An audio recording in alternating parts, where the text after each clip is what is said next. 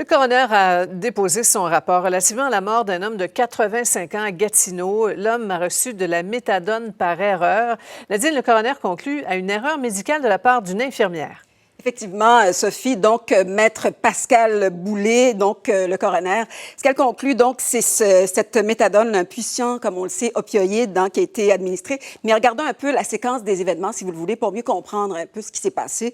D'abord, le 25 octobre en 2017, M. Madère est transporté à l'hôpital de Gatineau pour confusion et chute fréquente. Il vivait en résidence et c'était un monsieur qui était atteint de troubles, l'Alzheimer. Il était en perte d'autonomie également. Il se fait examiner, on ne lui trouve rien de très significatif, mais tout de même, il est admis au centre hospitalier et on lui prescrit pour l'instant, donc, une surveillance par une préposée aux bénéficiaires. Ceci dit, le 27 octobre, 2 jours plus tard, il fait une chute de sa civière et subit à ce moment-là un traumatisme crânien.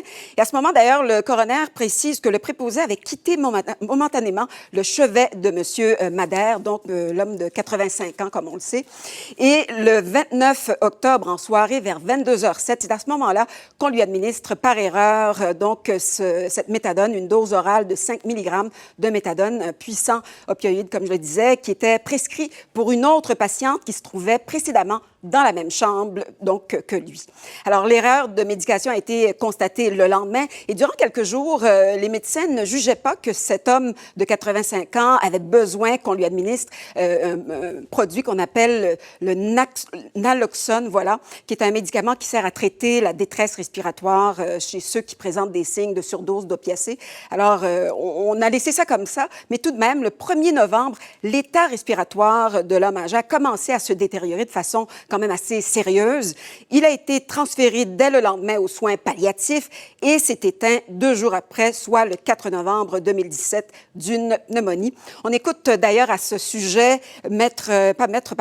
Paul Brunet, qui est président du Conseil pour la protection des malades, qui nous parle donc de cette double identification qui n'a pas été donc vérifiée, et on l'écoute.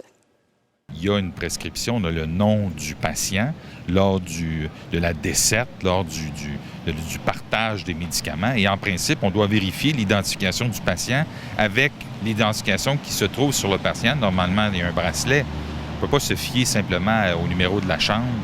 Alors, évidemment, il y a des gens, le tribunal éventuellement, qui va regarder la situation. Mais si vous êtes à ce point en manque de personnel, vous devriez fermer l'unité.